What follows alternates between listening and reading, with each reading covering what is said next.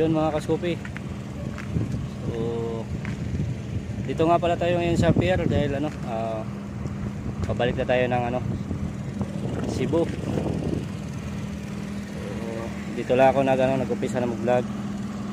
So dito yung yung karga ko. Ito yung karga ko. So, yung karga ng motor ko. So yun. So dito ako ngayon sa pier, nagantay. Alas 7 pa naman yung yung alis. So nandito na ako ngayon alas 5 para at least medyo hindi tayo mahuli sa biyahe. So antay-antay lang muna ako dito dahil sarado pa. So mamaya pa daw kasi ang papasok. So ayan, standby lang muna. So dito ako ngayon sa daungan ng mga isda, sa mga bangka. So ayan yung mga pangisda, mga kaskupi. So doon yung yung merkado, bentahan ng mga isda, mga kahit ano mga binta. So ayan dito muna ako sa pier. Nandito na ako sa Patalan. So ngayon mga kaskupi ay pinapasok na tayo dahil alas 6 na. So yung barko ay parating na. So ayun may kita na. Nakikita na yung barko, hindi malayo pa lang. So pinapasok na ako dito sa loob ng ng pier. So antay na lang natawagin dahil i-check pa. So at least nakapasok na tayo dito. Safety na dito. So andun yung sakayan. So antayin lang. Iba pasahero dumiretso na dahil wala naman silang dalang motor or sasakyan.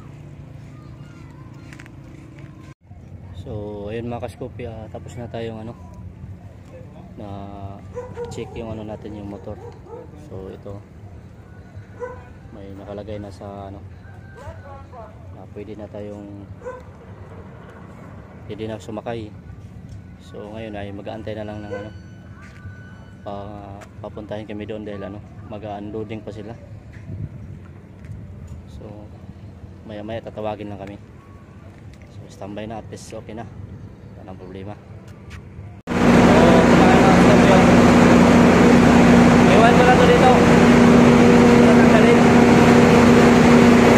So ayun mga kaskupi, dito na ako ngayon sa loob ng barko. So nakaakyat na kami.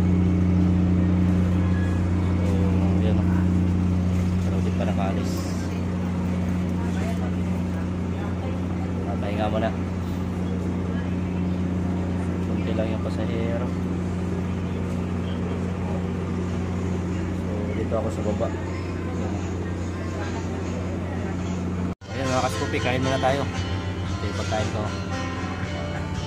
Kain muna, hapunan. So ayun mga kaskupi, katapos ko lang maghapunan.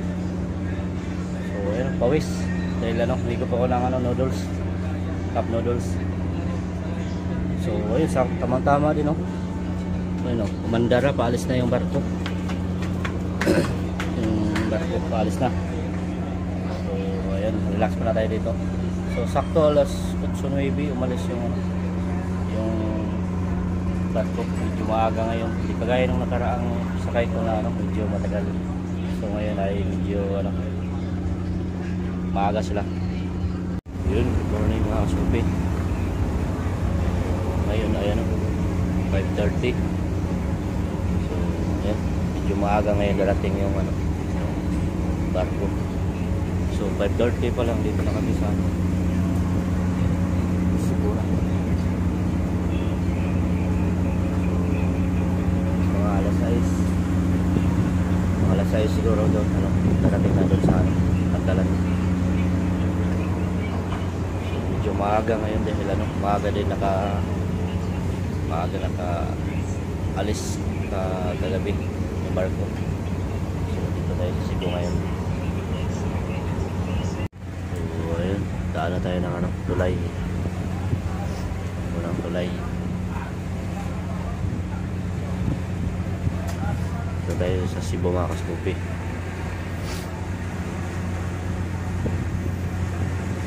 Yun o. Mga alas 6 to abot na.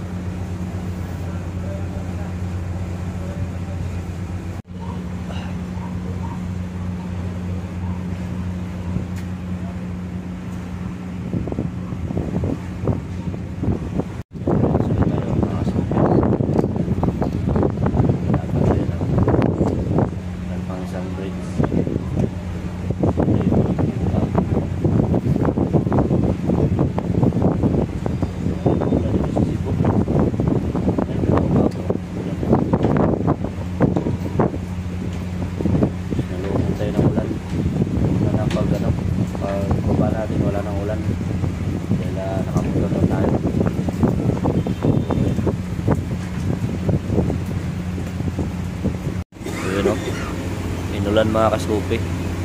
So mga alas 6 ano na ito, darating na kami alas 6 kasi dito na kami sa tulay. Lakas ng ulan, sana pag dating namin na ulan ng ulan. Ngayon mga kaskupi, pababa na kami, pababa na yung mga pasahero kaso ano, umulan pa. So umulan, ulan. Ngayon mga kaskupi, dito na tayo sa ano, sa pier ng Cebu. Nandito na tayo. So ito yung gamit ko, kaso maulan. So, ngayon mga kaskupi, dito na ako, nakababa na. So ito na yung karga ko, so tamang tama, wala nang ulan. So makadiretso na ako. So ayun, dito na tayo sa Cebu ngayon.